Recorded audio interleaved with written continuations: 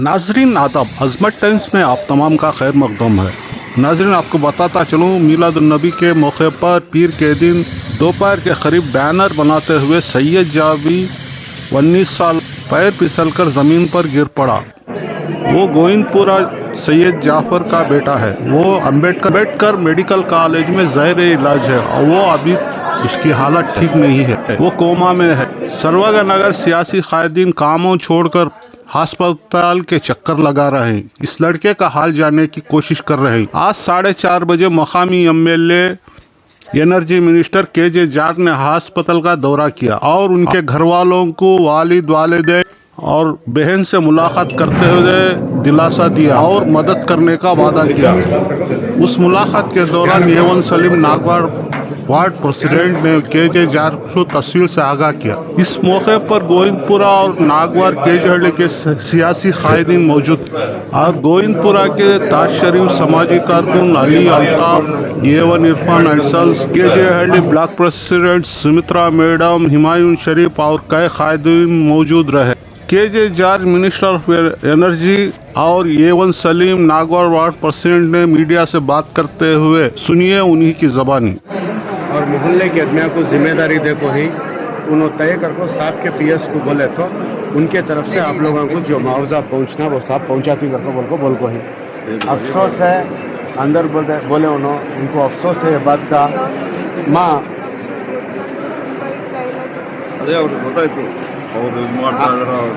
आपके बारे में जो आप हमें पूरा सुना को ही पूरे हमदर्दी जैसा हमें जैसा थे उन्होंने भी। और एक बात मैं आप लोगों को बोलना चाहता हूँ, मैं फर्स्ट दिन भी आया था, कल रात में था, साहब जैसा जैसा बोला वैसा वैसा करता हूँ।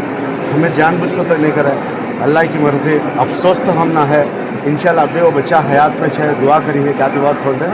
और साहब की तरफ से जो होना है इंशाल्लाह जैसा हमें बात करके उनको मालूम कराती वो रकम आप तक पहुँच जाती है सर।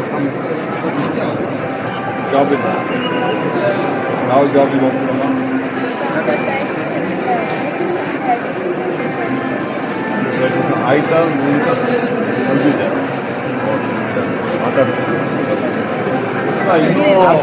सांस के लिए रूह बाकी है, अभी ಸೀರಿಯಸ್ ಆಗಿದ್ದಾರೆ अभी ಅಲ್ಲ ನಾವು ಏನಂತ ಬಿಟ್ಟರೆ ನಾನು ಮಾತಾಡ್ತೀನಿ. ಈಗ ನೋಡ್ಕೊಂಡು ಬಂದಿದ್ದೀನಿ, ಇನ್ನೊಂದು ಡಾಕ್ಟ್ರಿಗೆಲ್ಲ ಹೇಳಿದ್ದೀನಿ, ಎಲ್ಲ ಮಾಡ್ತಾ ಇದ್ದಾರೆ ಪರಿಹಾರ ಕೊಡ್ಲಿಕ್ಕೆ.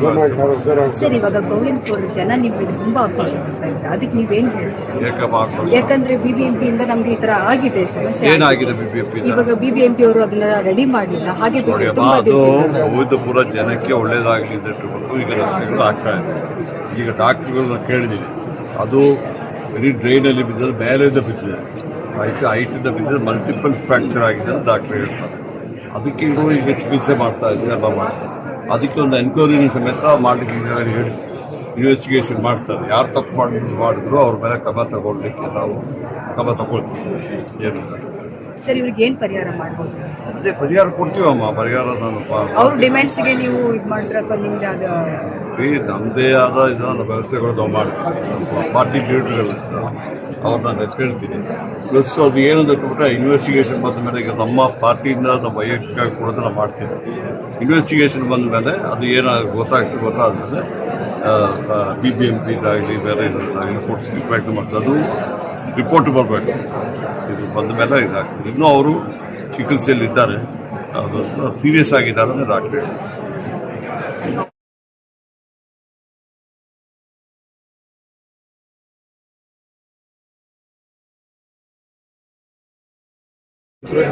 ಈಗಲೇ ನೀವು ಡಿಸ್ಕಸ್ ಮಾಡಿ ಹೇಳ್ಬೇಕು. BBMP ಕೊಡಬೇಕಾದ್ರೆ ಇನ್ವೆಸ್ಟಿಗೇಷನ್ ಮಾಡಿದ್ರೆ ಬರಬೇಕಾಗ್ತದೆ. ನಮ್ಮದು ವೈಯಕ್ತಿಕ ಕೊಡೋದನ್ನ ಹೇಳ್ಬಿಡ್ಬೋದು, ಅದೇನೋ ಬಿಟ್ಟು ಹೇಳ್ಬಿಡ್ಬೋದು. ಈಗ ಅವ್ರು ಕೇಳ್ತಾ ಇದ್ದಾರೆ ನಿಮ್ಮಿಂದ ಸಹಾಯ ಏನು ಮಾಡ್ತಾರೆ? ನಮ್ಮ ಕೇಳ್ತಾ ಇದ್ದೀನಿ ಏನು ಮಾಡಬೇಕು ಇದ್ದಾರೆ. ಈಗಲೇ ಪರಿಹಾರ ಹೇಳೋದು ಸರಿ ಇಲ್ಲ. ಅದಕ್ಕೆ ಅವ್ರು ನೋಡ್ಬಿಟ್ಟು ನಾವು ಅದಕ್ಕೆ ಪರಿಹಾರ ಮಾಡಲಿಕ್ಕೆ ನಮ್ಮ ನಾಯಕರು ಬೇಕು.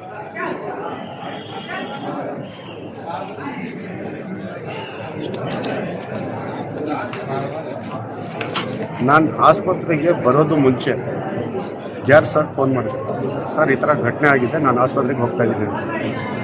ಅವ್ರು ಆವಾಗಲೇ ಹೇಳಿದ್ರು, ಸುರೇಶ್ ಅವ್ರಿಗೆ ನಾನು ಮಾತಾಡ್ತಾ ಇದ್ದೀನಿ, ನೀವು ಹೋಗಿ ಏನಿರೋದು ನೋಡಿ ಅಂತ. ನಾನು ಅವತ್ತು ರಾತ್ರಿ 9 ಗಂಟೆಗೆ ಬಂದೆ. ಆ ಸಂಧ್ಯೆ ಅವರು ಎಲ್ಲರೂ ನನ್ನ ಜೊತೆನಲ್ಲೇ ಇದ್ದರು, ಹೋಗಿ ಮಾತಾಡಿದ್ರು, ಡಾಕ್ಟರ್ಸ್ ಹತ್ರ ಮಾತಾಡಿದ್ರು. ತಿರ್ಗಾ ಡಾಕ್ಟರ್ಸ್ಗೆ ಸುರೇಶ್ ಪಿ ಅವ್ರು ಮಾತಾಡಿದ್ರು. ಏನಾಗುತ್ತೆ, ಯಾವ ಆಸ್ಪತ್ರೆಗೆ ಬೇಕಾದ್ರೆ ಕಳ್ಸೋಕ್ಕೆ ನಾವು ರೆಡಿಯಾಗಿದ್ದೀವಿ, ಏನು ಹೇಳು ಅಂತ ಹೇಳಿದ್ರು. ಇಲ್ಲಿ ಡಾಕ್ಟರ್ಸ್ ಏನು ಹೇಳಿದ್ರು, ಆ ಹುಡುಗನ ಪರಿಸ್ಥಿತಿ ಹಂಗಿಲ್ಲ, ಕರ್ಕೊಂಡು ಹೋಗ್ಬೇಕಾದ್ರೆ ಬರೀ ಅದು ICUಯಿಂದ ಆಚೆ ತೊಗೊಂಡು ಬಂದ್ರಲ್ಲಿ ಗ್ಯಾರಂಟಿ ಇಲ್ಲ, ಎಲ್ಲ ಸವಲತ್ತು ನಾವು ಇಲ್ಲೇ ನೋಡ್ತಾ ಇದ್ದೀವಿ, ನೀವು ಒಂದು ದಿವಸ 1.5 ದಿವಸ ನೋಡೋಣ ಅಂತ ಹೇಳ್ಬಿಟ್ಟು ಅವ್ರು ಆಶ್ವಾಸನೆ ಕೊಟ್ಟರು. ಮೊನ್ನೆದು ಘಟನೆ ಇದು. ನೆನ್ನೆ ರಾತ್ರಿ ನಾವು ಬಂದು ತಿರ್ಗಾ ಸಾಹೇಬ್ರ ಹತ್ರನೂ ಮಾತಾಡಿದ್ರು. ತಮಗೆಲ್ಲರೂ ಗೊತ್ತಿದೆ, ಸಾಹೇಬರು ನೆನ್ನೆ ಇರಲಿಲ್ಲ, ಆಚೆ ಹೋಗಿದ್ರು. ನೆನ್ನೆ ಬಂದರು, ಇವತ್ತು ಬೆಳಗ್ಗೆ ಮಾತಾಡ್ಬಿಟ್ಟು ಅಲ್ಲಿ ಹೋಗೋಣ, ಮಾತಾಡಿಬಿಟ್ಟು ಅವ್ರಿಗೆ ಏನು ಪರಿಹಾರ ಕೊಡಬೇಕು ಏನು ಎತ್ತ ಅಂತ ಹೇಳಿದ್ರು. ಅವ್ರು ಹೇಳಿದ ಮಾತು ಹಂಗೆ ಈಗ ಬಂದಿದ್ದಾರೆ. ಏನು ಅವ್ರಿಗೆ ಪರಿಹಾರ ಕೊಡಬೇಕು ನಮ್ಮ ಏರಿಯಾ ಜನದ ಮೇಲೆ ಬಿಟ್ಟಿದ್ದಾರೆ. ಅವ್ರು ಹೇಳಿಲ್ಲ ಅಷ್ಟು ಅಂತ ನಾವು ಹೇಳಿಲ್ಲ. ಅವ್ರ ಮನೆಯವರು ಏನು ಕೇಳೂ ಇಲ್ಲ. ಅವ್ರ ಮಗನ ಜೀವನ ಉಳಿದ್ರೆ ಸಾಕು ಅಂತ ಇದ್ದಾರೆ. ಅವ್ರು ಏನೂ ಡಿಮ್ಯಾಂಡು ಮಾಡಲಿಲ್ಲ. ಮಾನವತಾ ದೃಷ್ಟಿಯಿಂದ ನಾವು ಏರಿಯಾದವರಿಗೆಲ್ಲ ಸಾಹೇಬ್ರ ಹತ್ರ ಕೇಳ್ಕೊಂಡಿದ್ದೀವಿ, ನಮ್ಗೆ ಏನಾದ್ರು ಸಹಾಯ ಮಾಡಿ ಅಂತ. ಸಾಹೇಬರು ನಮ್ಮ ಮೇಲೇ ಬಿಟ್ಟು ಹೋಗಿದ್ದಾರೆ, ನೀವು ತೀರ್ಮಾನ ತೊಗೊಂಡು ನಮಗೆ ತಿಳಿಸಿ ಅಂತ. ನಾವು ಹೋಗಿ ಈಗ ನಮ್ಮ ಏರಿಯಾದವರೆಲ್ಲ ಮುಖಂಡರು ಕೂತ್ಕೊಟ್ಟು ತೀರ್ಮಾನ ಮಾಡಿ ಅವ್ರಿಗೆ ಏನು ಪರಿಹಾರ ತಲುಪಿಸ್ತೀವಿ. ಸರ್ಕಾರದಿಂದ ಅದನ್ನು ಇನ್ವೆಸ್ಟಿಗೇಷನ್ ಆದಮೇಲೆ ಅದು BBMP ಕಡೆಯಿಂದ ಏನಾಗುತ್ತೋ ಏನೋ ಅದು ಆಮೇಲೆ